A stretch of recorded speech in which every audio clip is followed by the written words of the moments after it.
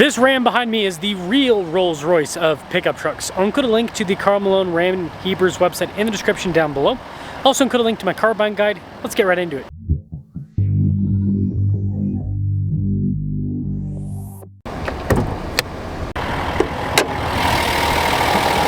Under the hood we have a twin turbo 3-liter inline 6 that goes through an 8-speed.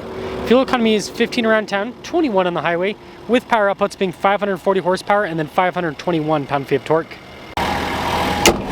I'm trying to hit 500,000 subscribers before the end of the year. I'd really appreciate it if you'd help out with that. Got the new Hurricane HO badge to let everyone know that you got big power, and then the hood still raises up towards the center. The Tungsten comes with the fancier lights with the cool looking daytime running lights, and then look at the trim on the grille, looks a lot more upscale. Fog lights at the bottom, you also have parking sensors and a custom kind of front bumper design. All of this does give the Tungsten a pretty unique look. Tire and wheel setup is 285 by 45 by 22. This one does have the off-road package, that's what has all-terrain tires. The truck is of course equipped with air suspension, all four corners.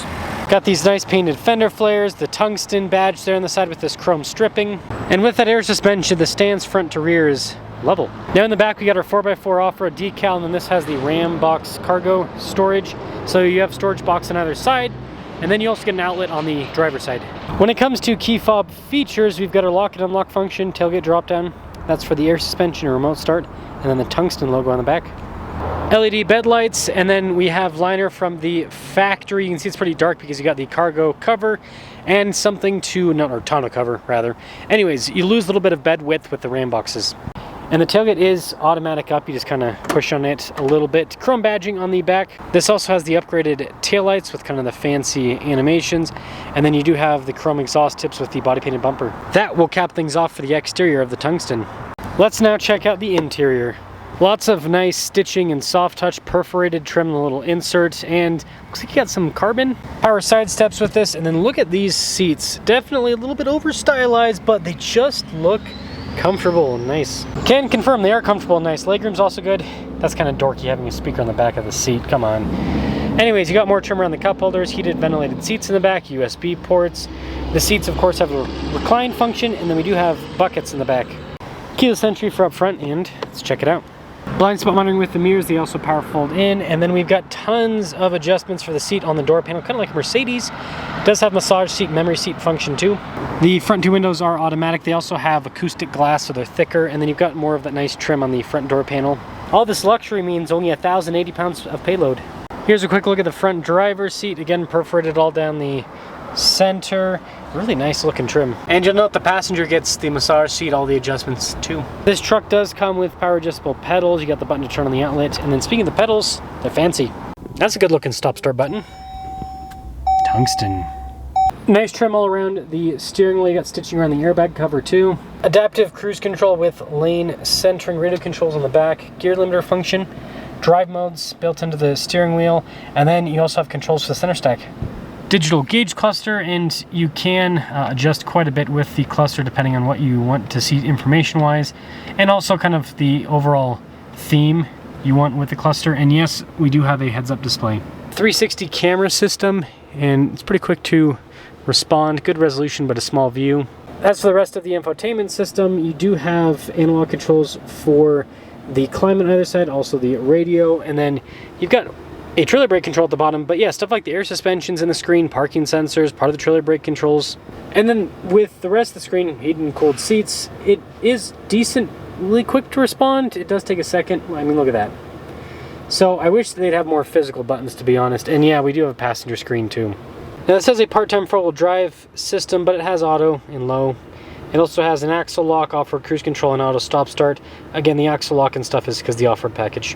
Got some USB ports, 2 phone charging pads, an outlet there at the bottom. This has the sliding center console because it has the dial shifter. Tungsten on top of that center console. And there's plenty of storage space inside, so very practical. Up top there's a camera rear view mirror. You have a nicer headliner, panoramic sunroof, and of course the rear glass does open. Well, Tungsten crew cab, pretty much everything standard. There's a few options like the offered package, $91,005. Let's see how the Tungsten performs. Tungsten, this is a truck that's so fancy, like, you know, obviously with YouTube write-offs and everything, I could technically afford one of these. I'd never buy it. This is way too fancy for my blood. Like, Even some of the, like, we've got a Land Cruiser, and I feel like that's even too fancy for me because it's got cooled seats. This having heated, cooled, tons of adjustment, massage seats, I mean, man, this is over the top. But, you know, some people like this kind of stuff. I do wish, however, that automakers would, I mean, I think they should offer this, but I do think they should also consider offering less of what this has on cool vehicles. Like the RHO, I think they actually did a really good job because you can get an RHO with just heated seats, kind of more like no passenger screen, kind of more base model. But I mean, I think there's some people that, like myself, that even want even more base model, like basically nothing in the interior, like cloth seats, super basic, so it can be as cheap as possible.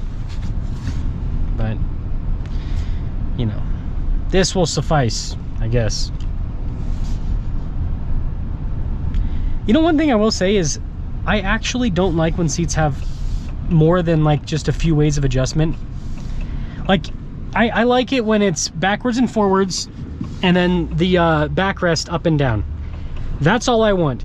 When vehicles have like where you can adjust the, I mean, I do like lumbar support for, you know, long drives, that's nice. But when they're like, you can adjust the bolsters and you can adjust the thigh extension and you can adjust and all this stuff, and I'm like, no, just give me a nice seat and just let me adjust two things. It's too much, because then you sit there for like 10 minutes and you're like, oh, okay, maybe like if I move the thigh bolster by another 1/4 of an inch, and maybe if I move the backrest, and it's just, oh man. Now the high output is fun. It's got 120 horsepower more than the standard output, and you can't really feel the difference around town, but like, yeah, top end, this thing's a screamer in terms of power. It's amazing. It rips.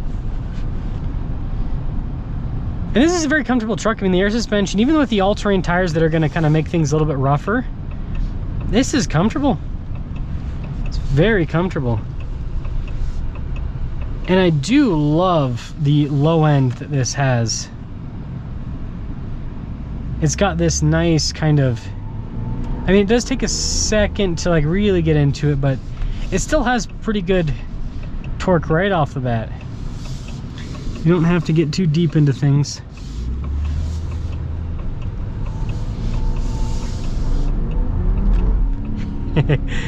Yeah, this thing's pretty fun.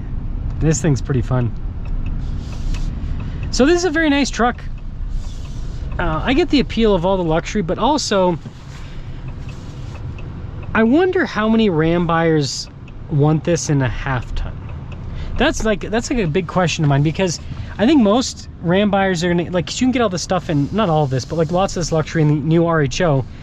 I feel like a lot of Ram buyers are just gonna go for the RHO because they're gonna be like, well, I get off-road capability plus all the luxury. I mean, that's my mentality. I'm like, it's even less money to get an RHO with massaging seats and everything if you wanted that.